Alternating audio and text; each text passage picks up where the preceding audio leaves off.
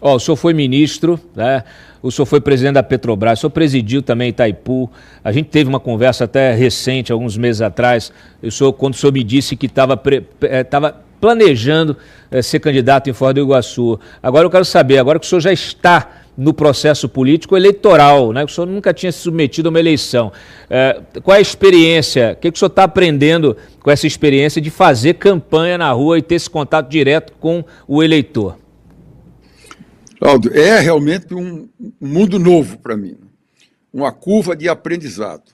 E eu tenho humildade suficiente para aprender, buscar com quem conhece a área política, conversar com todos. Já estou há 1 ano e 6 meses aqui, 24 horas por dia em Foz do Iguaçu, trabalhando isso aqui. Já tinha trabalhado antes aqui no Itaipu Nacional, antes disso ainda, quando fui assessor de engenharia do Exército Paraguaio em Assunção, vinha muito a Foz do Iguaçu, então é uma área que a gente conhece, e como ministro da Defesa também tem muita relação com a área de segurança aqui na nossa fronteira, que é uma tríplice fronteira. A experiência, eu diria, uma expressão bem simples, uma curva de aprendizado crescente. A gente tem crescido em aprendizado, em maneira de abordagem, em procurar enxergar a cidade como um todo, fazer um planejamento estratégico bem feito para evitar a ansiedade e ir avançando passo a passo, corrigindo um rumo. Sempre costumo dizer que um plano existe para não ser cumprido, existe para ser aperfeiçoado.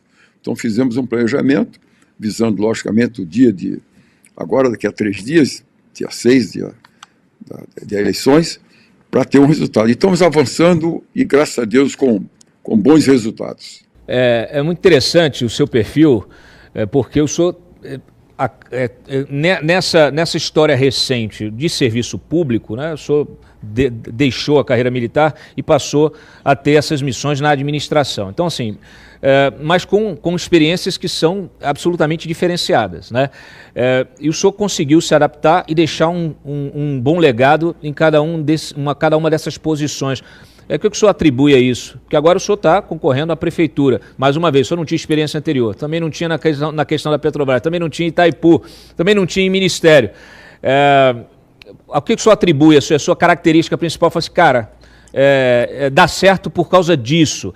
Porque muitas vezes a gente fica procurando o especialista, mas, na verdade, o que a gente precisa é ter bons homens públicos que não sejam corruptos, né, que sejam ficha limpa e que façam o seu trabalho, que tenham uma visão macro, que façam o seu trabalho de forma técnica, façam uma gestão importante, técnica e eficaz, eficiente, né? Eu acho que o eleitor, cada vez mais, o pagador de impostos, ele quer entrega, ele quer performance, ele quer que o seu político, a sua autoridade, ela performe, ela faça realmente com que esse Estado lhe devolva os seus impostos na forma de serviços bem prestados. Então, por favor, me destaque isso. Cláudio, eu diria, eu sou uma pessoa muito focada.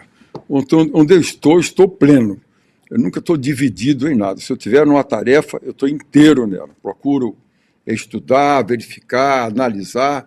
E depois, como a gente sobe uma escada que desce, sabemos que tudo muda todos os dias. Me aperfeiçoar. Não é porque uma situação, uma empresa, uma instituição está de uma forma que ela tem que dar continuidade àquilo, não. O que é que eu preciso me atualizar para manter? Então, se a gente hoje subir devagar, você desce. Você não conseguir acelerar o passo, não acompanhar a tecnologia, as empresas, as instituições, antes se baseavam em pessoas e processos. Hoje tem pessoas, processos, tecnologia. Você vai ter que considerar isso daqui. Então, desde a minha primeira mudança, vamos dizer assim, eu saí do Ministério, saí do Exército como general 4 estrelas, onde fiquei 4 anos como chefe de Estado-Maior do Exército. Fui para o Ministério da Defesa, onde fiquei 5 anos, um período deles como ministro da Defesa, e saí diretamente do Ministério da Defesa para Foz do Iguaçu. A gente vai juntando a bagagem de experiência e de vivência. Fiz uma definição, posso depois explorar isso aí, se for o caso, na minha vida muito cedo foi definir minha missão de vida. Qual é a sua missão de vida? Coloquei como missão de vida servir. E no ato de servir, fazer das minhas ações, minhas orações e dar exemplo com a própria vida. Então, procuro o que eu exijo das pessoas, eu faço. Eu dou exemplo. Nos locais onde eu atuei, procurei criar o que sempre chamei de política de austeridade. o recurso público tem que ser cuidado, cada centavo tem que ser transparente e bem apresentado. Existe aquele artigo na Constituição Federal, me conhece bem, o artigo 37, que ele define a vida de um servidor público, de um gestor, de um CEO, como é que ele deve atuar, com legalidade, impessoalidade, moralidade, publicidade e eficiência. Então, procurei me pautar nisso e, ao longo da vida, tem tido resultado. E, principalmente, monte uma grande equipe. Já que ninguém faz nada sozinho, monte uma grande equipe. Pessoas técnicas, que tenha, eu diria assim, que tenha uma vocação para aquela atividade que está fazendo, mas, principalmente, que se dedique, queira deixar um legado, queira fazer mais do que é para que ele é pago. Então, eu diria que essas características têm me ajudado. Depois vai juntando a bagagem de experiência, né? E vai somando, daqui a pouco tem uma bagagem grande e consegue encontrar soluções para problemas novos. O município de Foz do Iguaçu, ele tem uma característica, né, porque a gente tem a barragem, que tem uma presença econômica muito forte no município, na economia local, né? E a gente tem que ter um cuidado enorme do uso político disso. Qual é o estado de coisas hoje no município, em termos de gestão e em termos de impacto social? O que o senhor planeja, né, como prefeito, caso seja eleito? Eu confesso que, como não tenho nenhuma ligação quanto ao presidente da Itaipu, no meu planejamento, não tenho considerado a Itaipu no meu planejamento do que eu estou imaginando para Foz do Iguaçu. Embora, quando eu passei por aqui, foi o primeiro diretor a morar em Foz do Iguaçu em 40 anos. Concentrei toda a empresa em Foz do Iguaçu. Não ficou um servidor público, um funcionário da Itaipu fora de Foz do Iguaçu. E fizemos uma política de austeridade. Com isso aí, conseguimos economizar, se aumentar 1 centavo em tarifa nenhuma, 2,6 bilhões de reais. Repito, se aumentar nem 1 centavo em tarifa de nada, 2,6 bilhões só com a política de austeridade, centralização da empresa, um sistema integrado, um ecossistema, onde as diretoras se cooperavam, um relacionamento muito bom com a margem do direito, que é a margem do Paraguaia, de modo que a gente conseguiu fazer isso aqui. Esse recurso foi todo empregado no oeste do Paraná. Não foi 100% em Foz do Iguaçu, porque não tinha projeto para tudo. Mas fizemos transformações grandiosas. Aí tem a ponte, que foi a maior obra considerada, a obra mais importante em 2024, pública. Tem o aeroporto, a extensão do aeroporto internacional, que hoje é o maior aeroporto do sul do Brasil, e tem mais 220 obras que foram feitas, não só aqui em Foz do Iguaçu, mas também em Cascavel, também em Guaíra, e nos municípios lindeiros, que são 54 municípios, ele contribuiu de alguma forma. Então, hoje o que tem as grandes, eu diria assim, alavancas do desenvolvimento de Foz do Iguaçu é o turismo, que é a capital mundial do turismo, é o destino do mundo, pelas suas belezas das cataratas. Todo mundo que quer vir ao Brasil, quer conhecer Rio de Janeiro e quer conhecer Foz do Iguaçu, todo estrangeiro que vem. E a outra renda é a logística. Lembrar que o Paraguai é um país mediterrâneo. A tua economia toda depende de passar pelo Brasil, ou por via rodoviária, ou então através do próprio Rio Paraná, através de balsa, que eles têm bastante também. E os aeroportos, que aí seriam uma quantidade menor.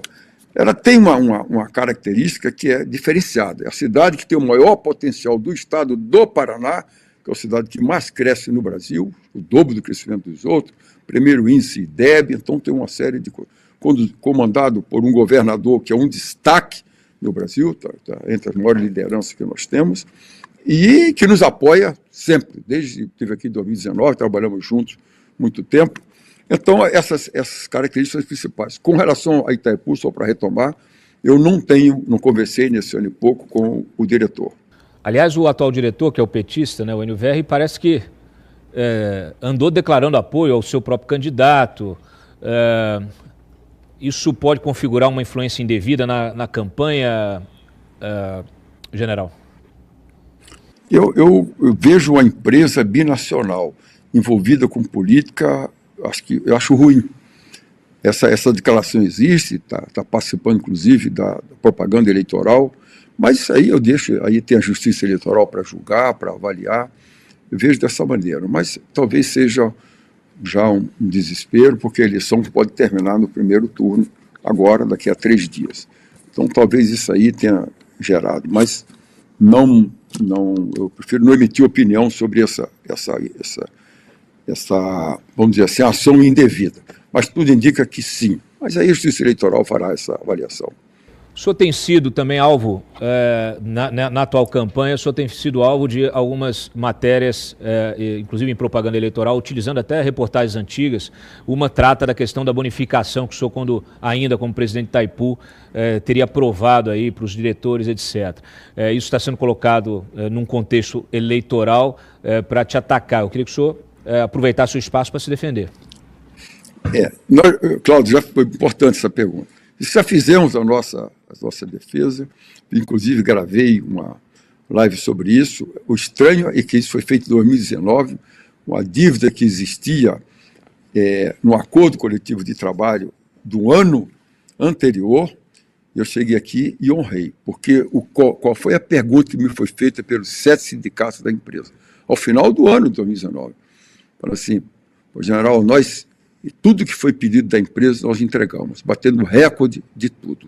O senhor conseguiu investir, na época não tinha sido esses 2 bilhões ainda, um valor muito grande com o trabalho nosso, e aí tem que reconhecer.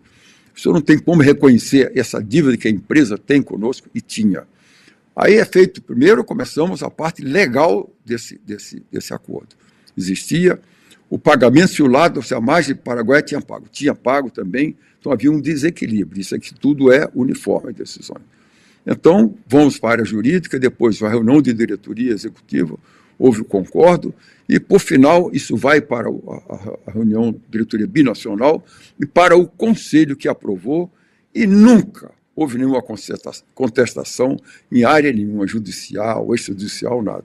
Me estranhou muito que tenha aparecido num contexto político, onde mostra a influência da Itaipu e do seu partido que apoia, tentando colocar em verdades e avançar com isso. Esse processo nós abrimos, estamos tratando dele. Por enquanto pediram uma informação somente, estamos respondendo, com todos os diretores que estavam comigo nessa época, isso não gera nenhuma dificuldade, e a cidade já está acostumada com esse tipo de provocações que fizeram de outras maneiras também, tentando me atacar, porque eu digo no final, sou um candidato ficha limpa. Tenho 50 anos de serviço público, com 0 problema de improbidade administrativa ou coisa do gênero.